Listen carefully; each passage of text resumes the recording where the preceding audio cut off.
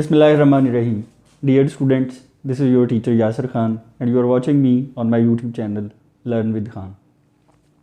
इस चैनल से ज़्यादा फ़ायदेमंद वीडियोस हासिल करने के लिए चैनल को लाइक करें, इसको सब्सक्राइब करें, वीडियोस को ज़्यादा से ज़्यादा शेयर करें, बेल आइकॉन पे क्लिक करें ताकि आपको लेटेस्ट वीडियो का नोटिफिकेशन मिलता रहे।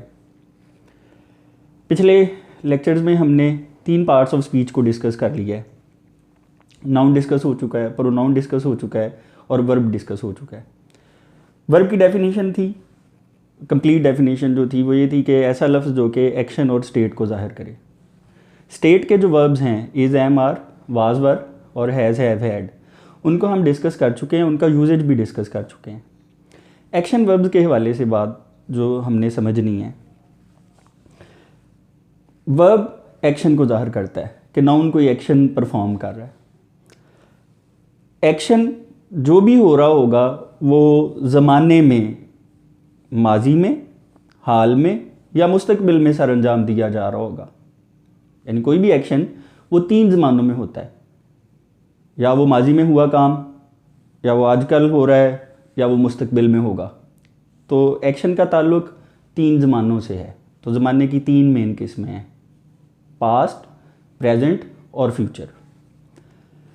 ज़माने को जब हम फर्दर कैटेगराइज करें तो 4 उसकी सब कैटेगरीज बनती हैं, इंडेफिनिट, कॉन्टिन्यूस, परफेक्ट और परफेक्ट कॉन्टिन्यूस। तो प्रेजेंट को 4 हिस्सों में डिस्कस किया जाएगा, पास्ट को 4 हिस्सों में डिस्कस किया जाएगा, फ्यूचर को 4 हिस्सों में डिस्कस किया जाएगा। तो इस तरह से टोटल ये 12 टेंसेस बन जाते हैं।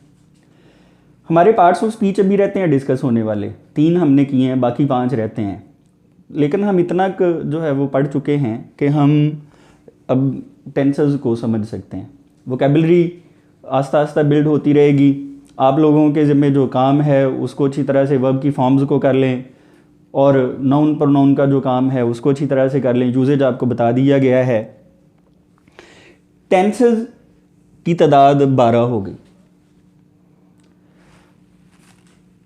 इंडेफिनिट मुतलक ज़माना है, यानी जो डिफाइंड नहीं है। आपके सामने वो काम जो है वो होता है, या वो काम मुस्तकबिल में हुआ, या वो मुस्तकबिल में होगा, या वो माजी में हुआ काम, लेकिन ज़माना डिफाइंड नहीं है, डेफिनेट नहीं है आपके सामने कि कब। तो इनडेफिनिट ये कहलाता है मुतलक, जो ज़माने की कैद में ना हो, मुक़य्यद ना हो। अब ये नहीं है कि जी इस वक्त, टाइम क्लियर नहीं है कि किस वक्त, माजी में वो काम कब हुआ, हाल में आदतन ये काम होता है, आदतन ये काम हुआ, या मुस्तकबिल में आदतन ये काम होगा। ऐसा ज़माना इनडेफिनिट कहलाता है। कॉन्टिन्यूस, जिस वक्त आप बात कर रहे हो उसी पॉइंट ऑफ टाइम पे वो काम हो रहा हो, उसी पॉइंट ऑफ टाइम पे वो काम माजी में हो रहा था या वो हो रहा होगा। जारी ज़माने को कॉन्टिन्यूस कहते हैं। परफेक्ट, जो काम मुकम्मल हो चुका हो वो परफेक्ट कहलाता है। और परफेक्ट कॉन्टिन्यूस, वो काम माजी में शुरू हुआ, मुकम्मल हो गया, फिर जो है वो जारी रहता है, फिर हो जाता है, फिर मुकम्मल हो जाता है। मुकम्मल जारी, यानी काम जो है वो मुकम्मल होता है, जारी रहता है, काम वो हो रहा होता है बाकायदगी से, उसके साथ वक्त लगा दिया जाता है कि इस वक्त से वो काम हो रहा है, यानी वो काम होता रहता है ऐसा काम, लेकिन उसके साथ ज़माने की कैद है। परफेक्ट कॉन्टिन्यूस कहलाता है। 12 ये टेंसेस हैं। टेंसेस पे हमारा काम जो है वो शुरू हो चुका है।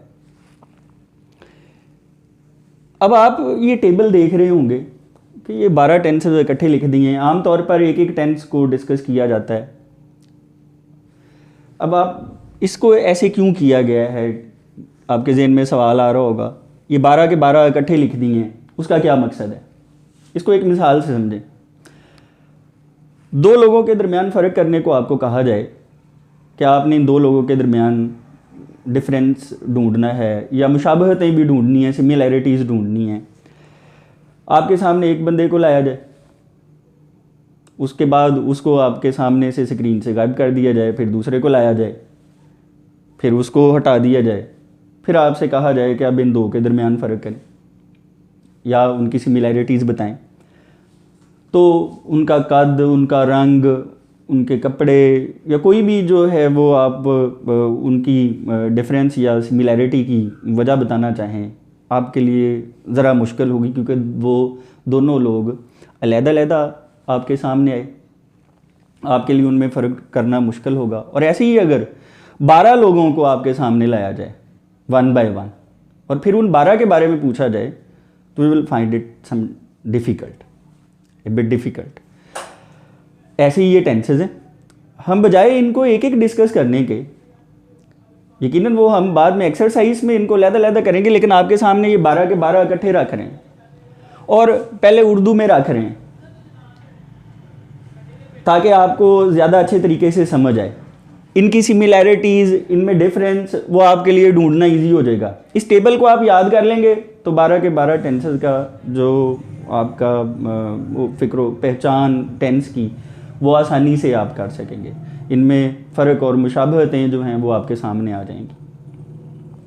हम एक वर्ब लेते हैं राइट। राइट का मतलब है लिखना। इस वर्ब से कि ये लिखने वाला जो काम है, एक्शन है, इसको हम इन 12 टेंसेस में देखते हैं। प्रेजेंट, इंडेफिनिट, वो लिखता है, वो लिख रहा है, प्रेजेंट कॉन्टिन्यूस, वो लिख चुका है, उसने लिख लिया है, और वो 6 माह से लिख रहा है। माजी में यही बात, इंडेफिनिट, उसने लिखा, माजी में लिखा, अब वो कब, करीब भाई ज़माना क्लियर नहीं है, उसका डिफाइंड नहीं है। उसने लिखा, वो लिख रहा था, वो पहले ही लिख चुका था, उसने पहले ही लिख लिया था, और वो 6 माह से लिख रहा था। यहाँ पे ये लफ्ज़ पहले ही, वो पहले ही लिख चुका था, ये इंपॉर्टेंट है। जब हम इस टेंस पे जाएंगे फिर उसको डिटेल से देखेंगे। अभी आपने इन फ़िक्रों को जहन में रखना है। मुस्तकबिल में वो लिखेगा, वो लिख रहा होगा, वो लिख चुका होगा, उसने लिख लिया होगा, वो 6 माह से लिख रहा होगा। एक ही सेंटेंस को हमने 12 टेंसेस में देखा है। एक ही वर्ब को हमने 12 ज़मानों में जो है वो देखा है। वो लिखता है, वो लिख रहा है, वो लिख चुका है, वो 6 माह से लिख रहा है, उसने लिखा, वो लिख रहा था, वो पहले ही लिख चुका था, वो 6 माह से लिख रहा था, वो लिखेगा, वो लिख रहा होगा, वो लिख चुका होगा, और वो 6 माह से लिख रहा होगा। फिर ऐसे ही इसको इंडेफिनिट में, वो लिखता है, उसने लिखा, वो लिखेगा, वो लिख रहा है, वो लिख रहा था, वो लिख रहा होगा, वो लिख चुका है, वो पहले ही लिख चुका था, वो लिख चुका होगा, वो 6 माह से लिख रहा है, वो 6 माह से लिख रहा था, और वो 6 माह से लिख रहा होगा। अब आपके सामने इनकी सिमिलैरिटीज़ और इनके डिफरेंसेस आ रहे हैं।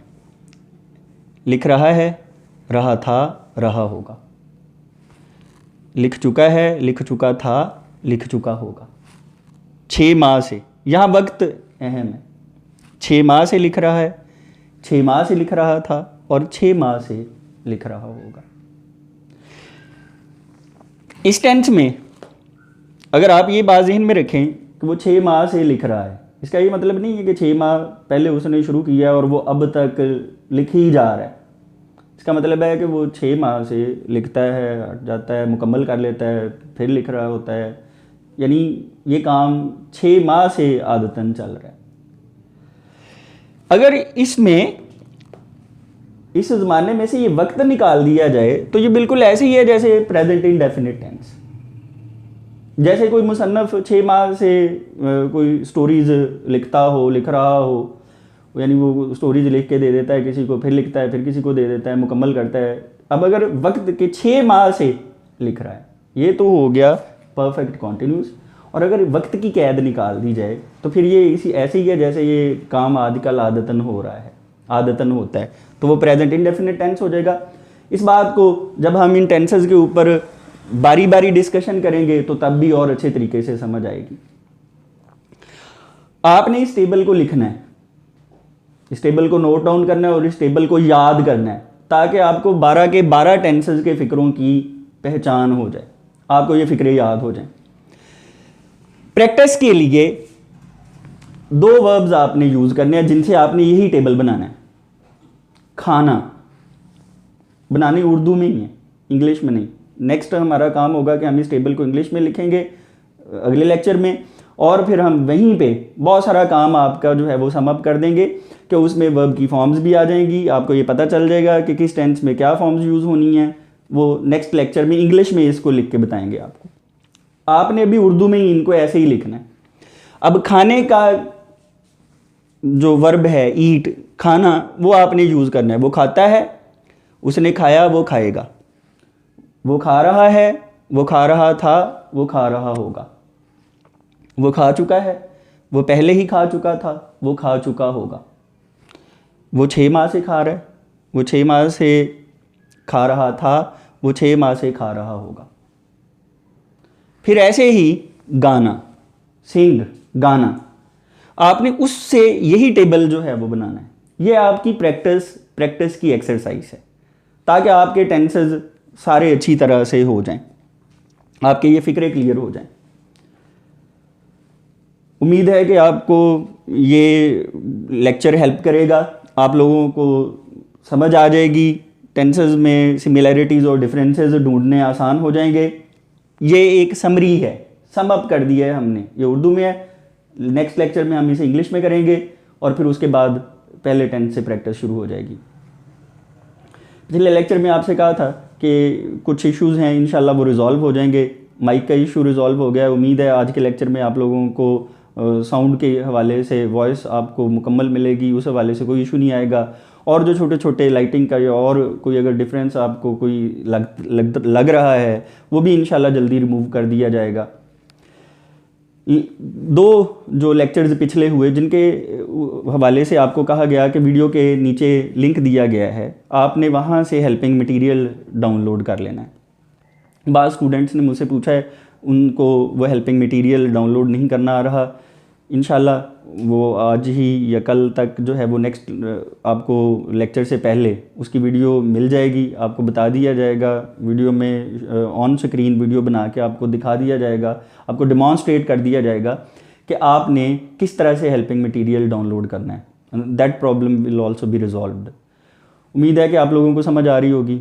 ज़्यादा से ज़्यादा लोगों के साथ आप इसको शेयर करें ताकि आपकी तरह बाकी लोगों का भी फ़ायदा हो।